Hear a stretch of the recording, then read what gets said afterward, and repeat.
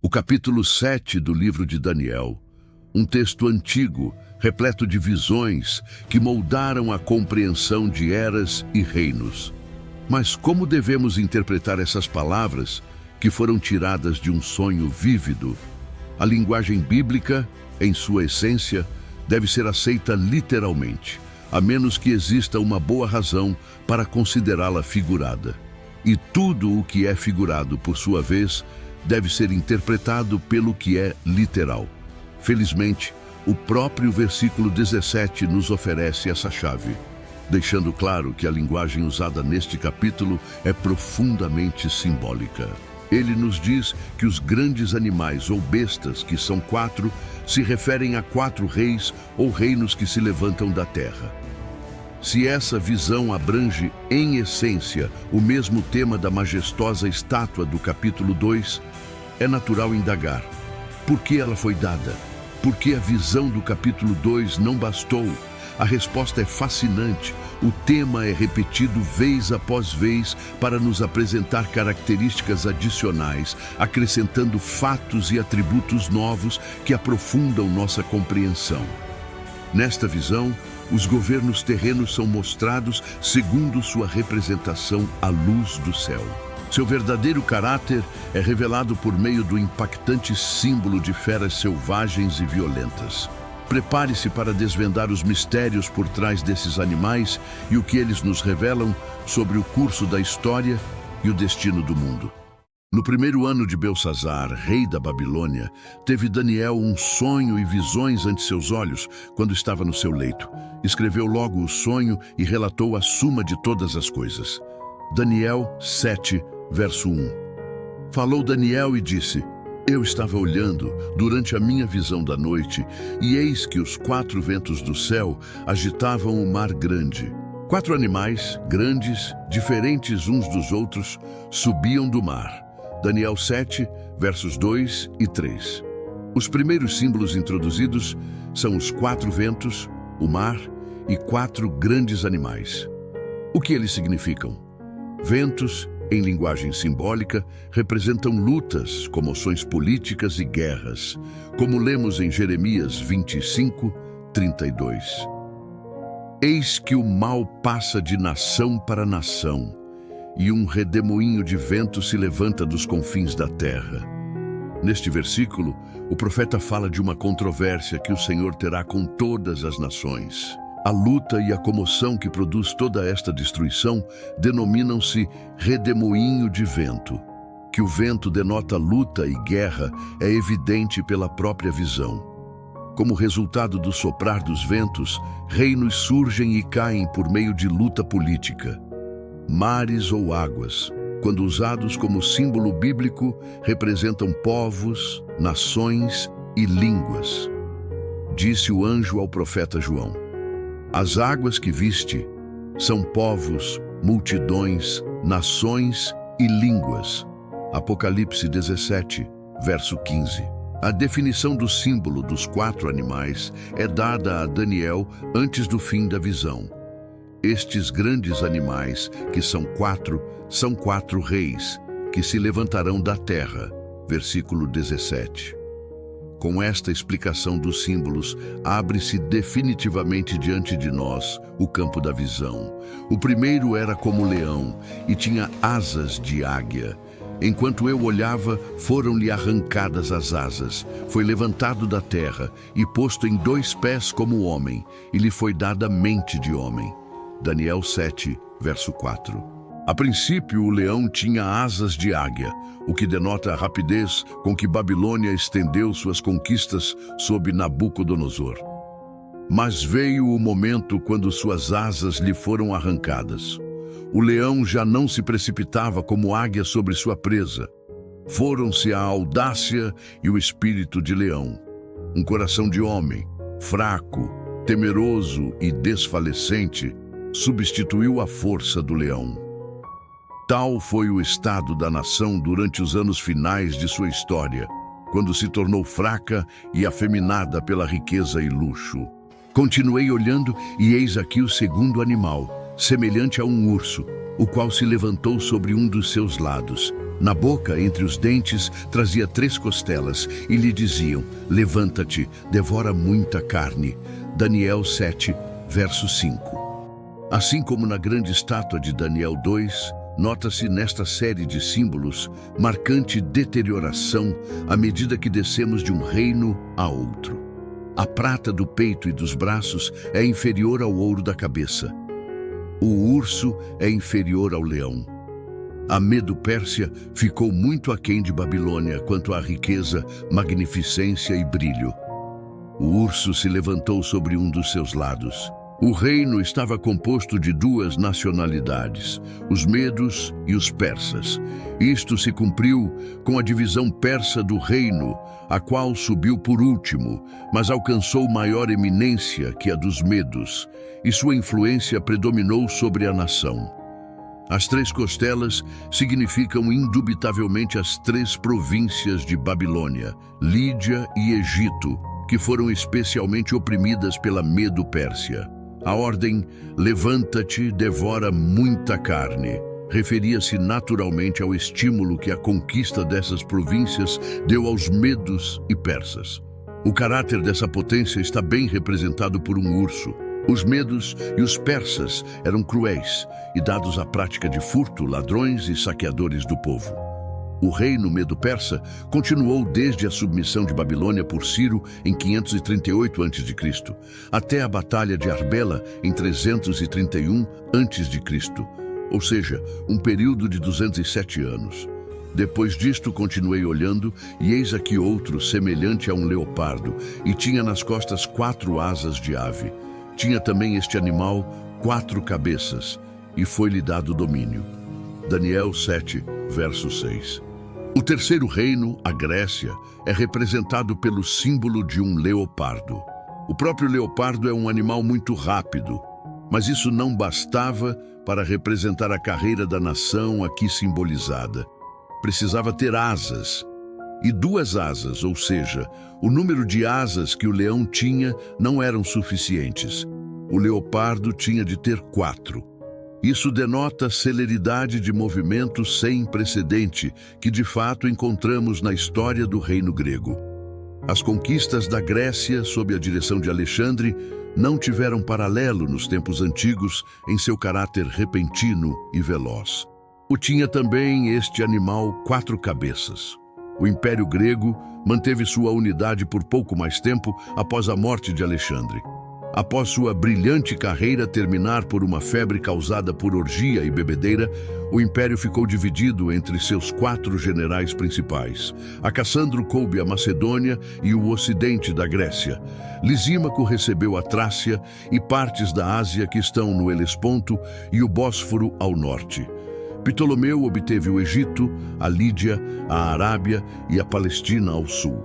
E Seleuco recebeu a Síria e o resto dos domínios de Alexandre no Oriente. Tais divisões foram simbolizadas pelas 4 cabeças do leopardo, em 308 a.C. Assim, as palavras do profeta se cumpriram com exatidão. O leopardo tinha 4 cabeças, o reino havia de ter 4 divisões. E assim aconteceu. Depois disto, eu continuava olhando nas visões da noite, e eis aqui o 4º animal, terrível, espantoso e sobremodo forte, o qual tinha grandes dentes de ferro. Ele devorava e fazia em pedaços e pisava aos pés o que sobejava. Era diferente de todos os animais que apareceram antes dele e tinha 10 chifres. Daniel 7, verso 7. Daniel não achou na natureza animal algum para simbolizar o poder aqui ilustrado. Não bastaria o acréscimo de cascos, cabeças, chifres, asas, escamas, dentes ou unhas a qualquer animal encontrado na natureza. Esta potência difere de todas as outras, e o símbolo é completamente diferente de tudo no reino animal. Este animal corresponde naturalmente à 4ª divisão da grande estátua, as pernas de ferro. Com que exatidão Roma correspondeu à porção férrea da estátua? Com que exatidão corresponde ao animal que temos diante de nós? Pelo espanto e terror que inspirava e por sua grande força, Roma correspondeu admiravelmente à descrição profética. Nunca dantes o mundo tinha visto coisa igual.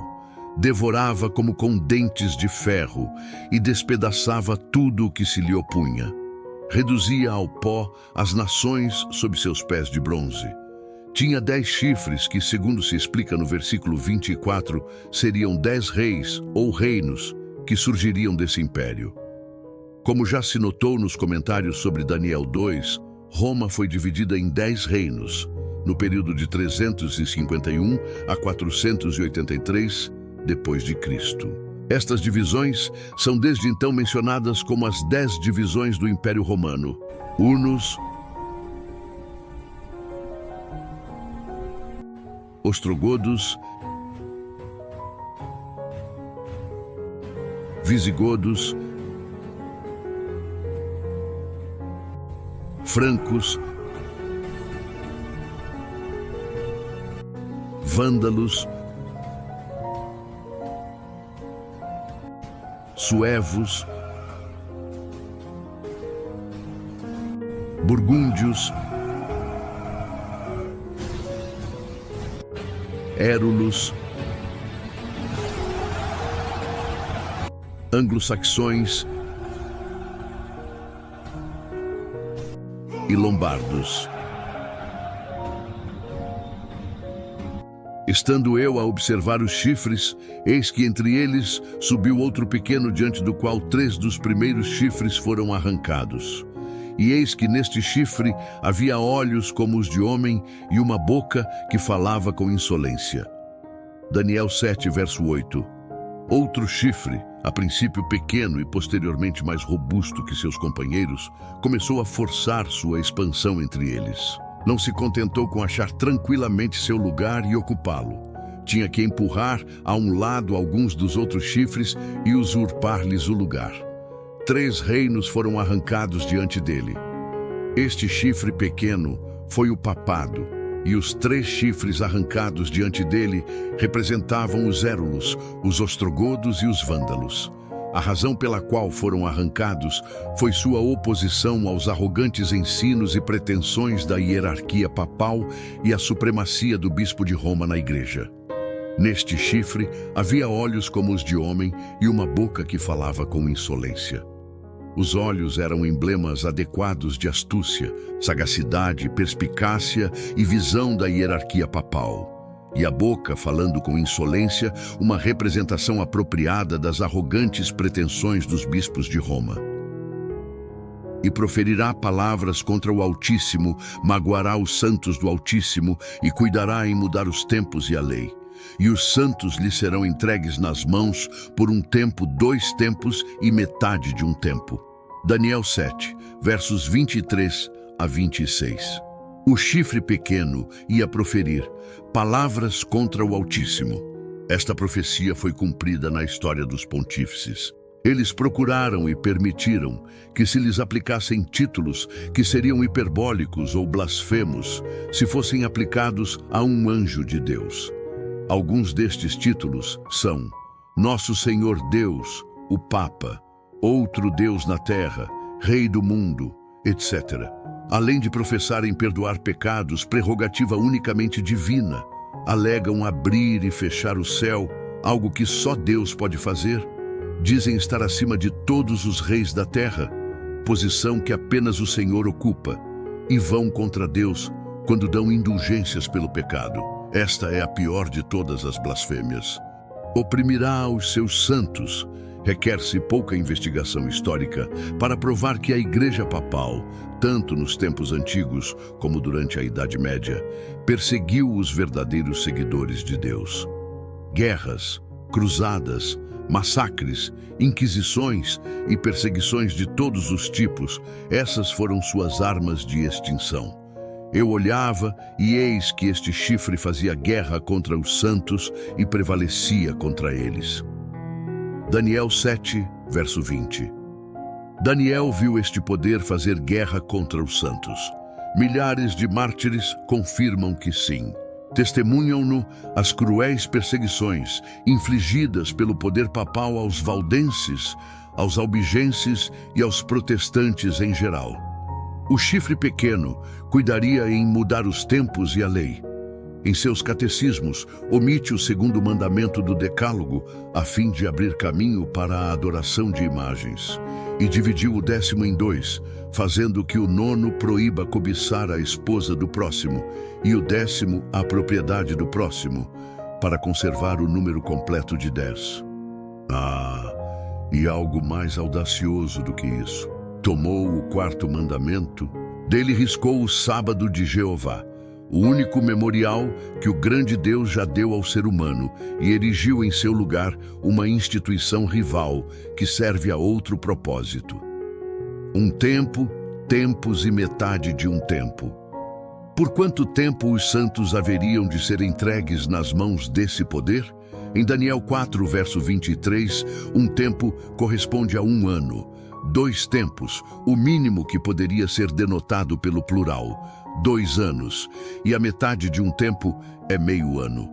Temos assim 3 anos e meio como duração desse poder. É preciso considerar que estamos estudando uma profecia simbólica, e por isso esta medida de tempo não é literal, mas simbólica. Surge então a pergunta: qual é a duração do período denotado por 3 anos e meio de tempo profético?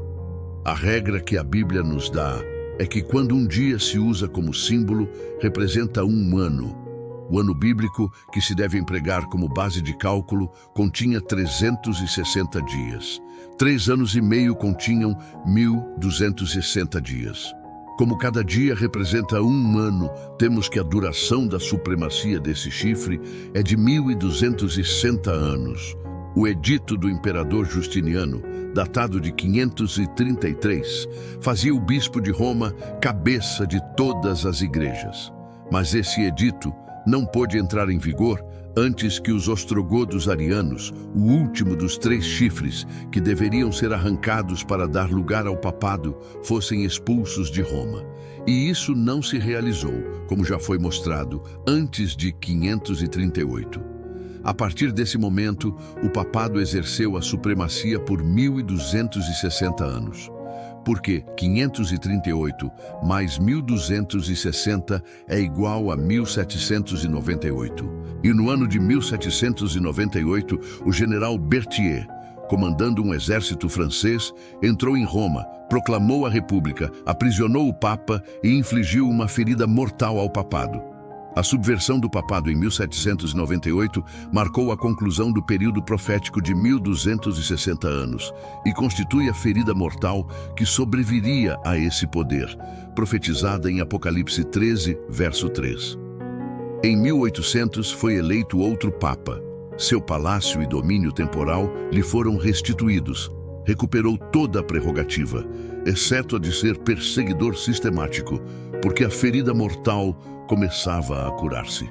Então estive olhando, por causa da voz das insolentes palavras que o chifre proferia. Estive olhando e vi que o animal foi morto e o seu corpo desfeito e entregue para ser queimado pelo fogo. Quanto aos outros animais, foi-lhes tirado o domínio. Todavia, foi-lhes dada a prolongação de vida por um prazo e um tempo. Daniel 7, versos 11 e 12. O leão foi absorvido pelo urso, o urso pelo leopardo, o leopardo pelo 4º animal. Mas o 4º animal não se fusiona com outro animal. Será lançado no lago de fogo. O 4º animal terrível continua sem haver mudança em seu caráter. E o chifre pequeno continua a proferir suas blasfêmias, até que a besta é entregue às chamas devoradoras. Isso não representa sua conversão, mas sua destruição. Mas o que vem após o 4º reino? O que o segue não é um governo ou estado em que tenham parte os mortais. Mas os santos do Altíssimo receberão o reino e o possuirão para todo o sempre, de eternidade em eternidade. Daniel 7, verso 18. Os santos que foram desprezados, cobertos de opróbrio, perseguidos, rejeitados, considerados dentre todos os seres humanos os menos indicados para verem realizadas suas esperanças. Esses receberão o reino e o possuirão para sempre.